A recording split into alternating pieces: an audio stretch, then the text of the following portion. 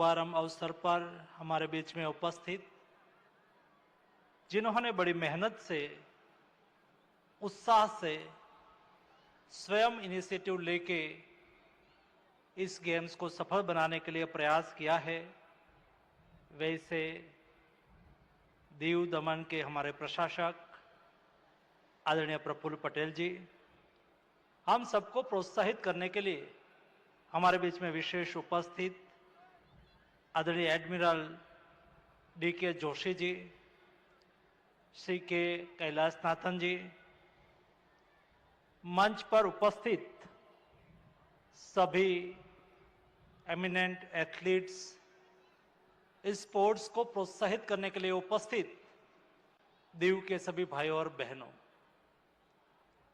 आज का प्रसंग मेरे हिसाब से बहुत महत्वपूर्ण प्रसंग है। मैं यहां से दीव फोर्ट को जगमाता हुआ देख रहा हूं।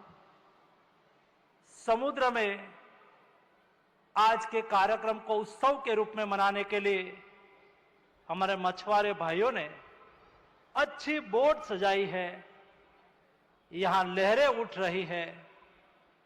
दोस्तों, ये लहरें नहीं है, ये लहरें के साथ उमंग और उत्साह है।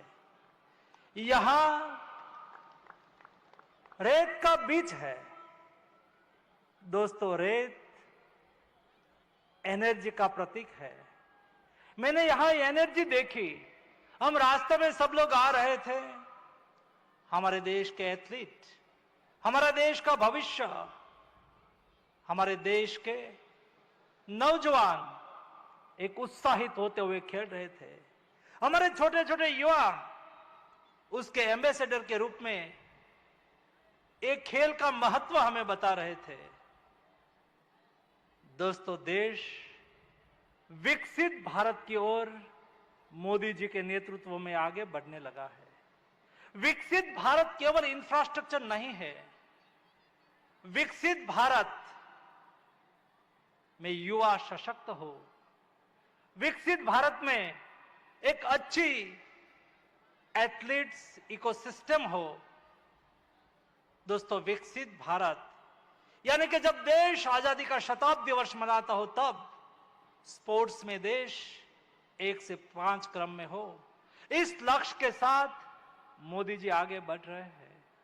दोस्तों, हम केवल नया भारत केवल युवाओं को स्वप्न नहीं दिखाते हैं, लेकिन ये मोदी का भारत है और स्वप्न भी दिखाते हैं और स्वप्न को साकार करने के लिए पाथवे भी तय कर रहा है। यही पाथवे का नाम है खेलो इंडिया। दोस्तों, देश में खेलो इंडिया के द्वारा स्कूल गेम्स आयोजित की जाती है। इस स्कूल गेम के द्वारा देश की टैलेंट को आइडेंटिफाई करी जाती है। खेलो इंडिया स्कूल गेम्स टैलेंट को आइडेंटिफाई करता है। एक टैलेंट आइडेंटिफाई होने के बाद डीएलएस स्कूल के द्वारा उसको नर्चर करा जाता है और नर्चर करने के बाद हर स्टेट में एक सेंटर ऑफ एक्सीलेंस का आयोग का व्यवस्था की गई है, जिसमें एथलीट को अच्छी ट्रेनिंग दी जाती है और उनके बाद देश में खेलो इंडिया यूथ गेम्स, खेलो इंडिया बीच गेम्स, खेलो इंडिया विंटर गेम्स, खेलो इंडिया ट्राइबल गेम्स, खेलो इंडिया नॉर्थ ईस्ट गेम्स। दोस्तों, खेलो इंडिया के माध्यम से सारे वर्ष नंबर ऑफ टाइप की कंपटीशन आयोजित होती रहती है और उसका नतीजा ये निकला है, परिप्रेक्ष्य बदलने लगा है। मुझे याद है, जब हम छोटे थे, हमारा माता पिता हमको कहते थे, खेलो मत, पढ़ो, और आज डेफिनेशन बदली है। मोदी जी के साथ सारा देश खेलता भी है, खिलता भी है और हमारा माता पिता वर्तमान स्टूडेंट को कहते हैं, आप खेलो भी, आप पढ़ो भी। जो देश खेलता है वो देश सशक्त होता है। जो देश सशक्त होता है वो देश समृद्ध होता है। जो देश समृद्ध होता है वो देश अपने युवाओं की आकांक्षाओं को पूरी करने के लिए अग्रसर रहता है। दोस्तों, देश मोदी जी के नेतृत्व में बदल रहा है, आगे बढ़ रहा है, नया भारत का निर्माण हो रहा है और नया भारत का नवयुवान आज फिट इंडिया के द्वारा, फिट इंडिया के माध्यम से वो फिट रहने की कोशिश कर रहा है। स्पोर्ट्स को जीवन मंत्र बना रहा है। वो खेलता भी है, वो खिलता भी है और इसलिए अब अंतर्राष्ट्रीय खेलों में आज हमारे नौजवान युवा एथलीट भारत का त्रिरंगा झंडा लेके, देश चिन्ह तान के, झंडा लेके मैदान में उतरते हैं, मेडल लाते हैं। इस बार ओलंपिक्स में भी हमने अच्छा प्रदर्शन करा और हम 11 ऐसे स्पोर्ट थे जिसमें 4th पोजीशन पर रहे। जिस 4th पोजीशन वाले हमारे एथलीट आने वाले दिनों में ओलंपिक्स में मेडल लेके आएंगे। पैरा ओलंपिक्स में हमारे एथलीट ने 29 मेडल जीते। दोस्तों, ये देश में टैलेंट की कमी नहीं है, ब्रेन पावर की कभी कमी नहीं थी, कभी कमी नहीं है। सवाल केवल इतना ही है, उसको नर्चर करके उसको अपॉर्चुनिटी देना।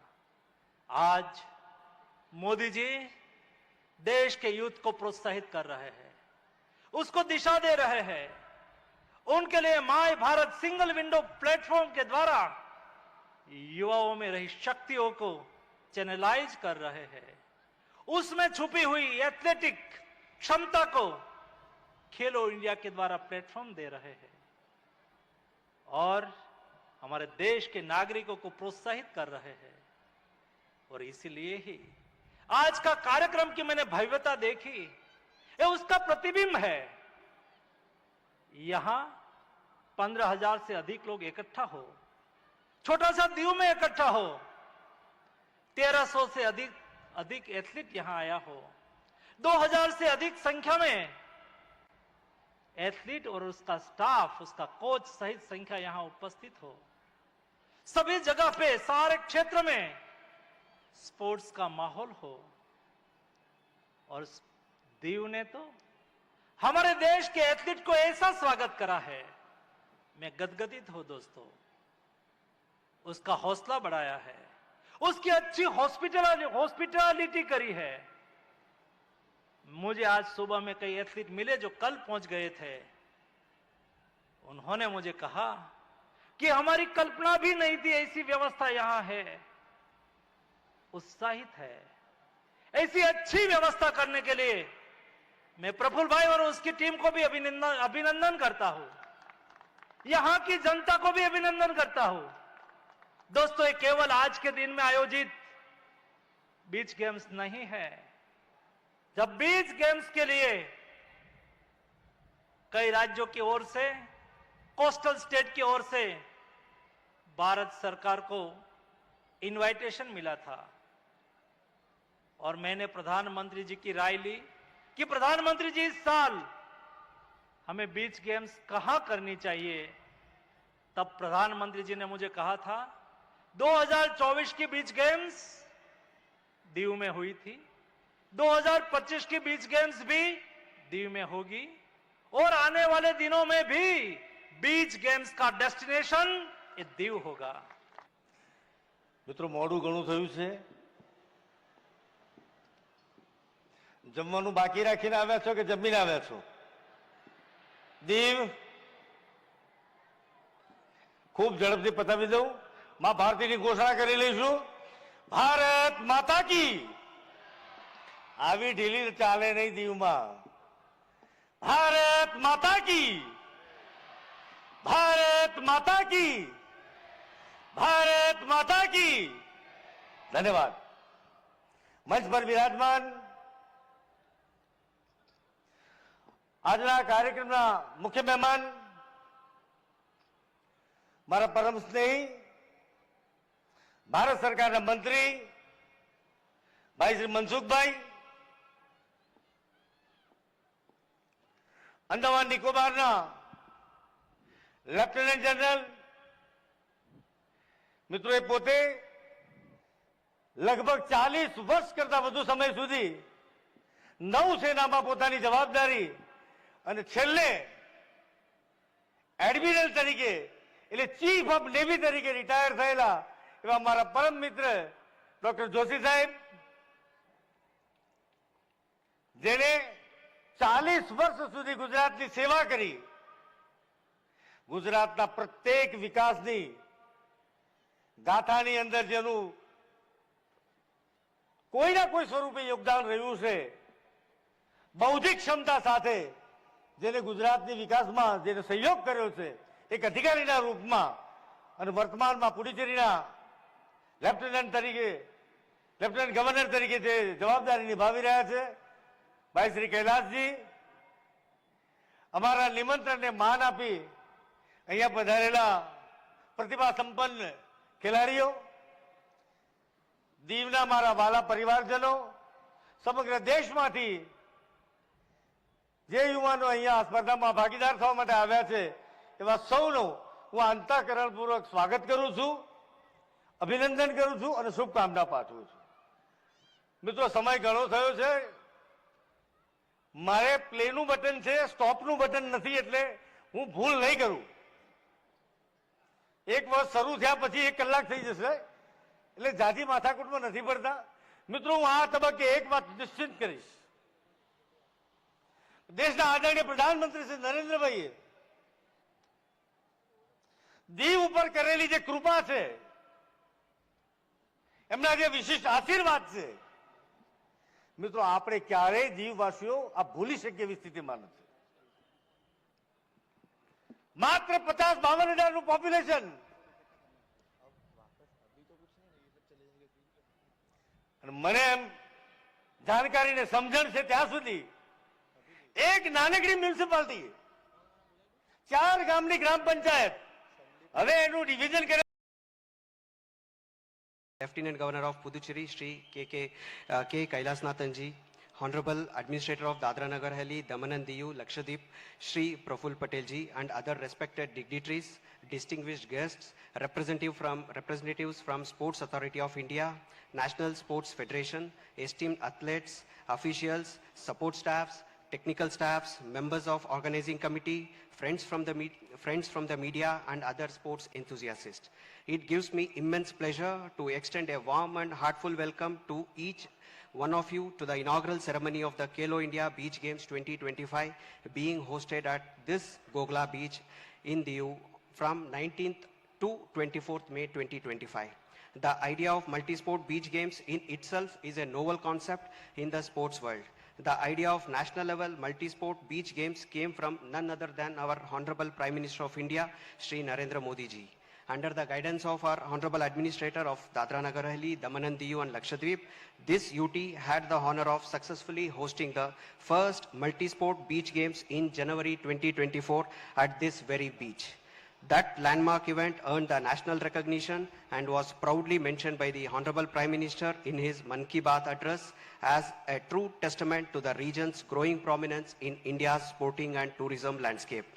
Building on that momentum, we are proud to collaborate with the Sports Authority of India to bring this prestigious national level event under the Khelo India banner to life. Over the next 6 days, over 2,100 athletes and other participants from across 31 states and union territories will showcase their talent and competitive spirit across 8 thrilling beach sport disciplines such as beach sepak takraw, open water swimming, beach soccer, beach volleyball, malakam, beach kabaddi, tug of war and pencasilat, and all set against this stunning backdrop of blue flag certified beach. Under the visionary leadership of our Honorable Administrator, this UT has undergone tremendous revolution in the sports infrastructure.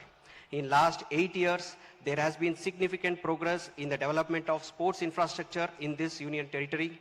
At a cost of over 300 crores, various sports infrastructures have been developed such as Saili Stadium at Silvassa, DMC Football Ground at Moti Daman, Bandorkar Stadium, Daman, and Padma Bhushan Sports Complex and Gogla Indoor Sports Complex at Diu.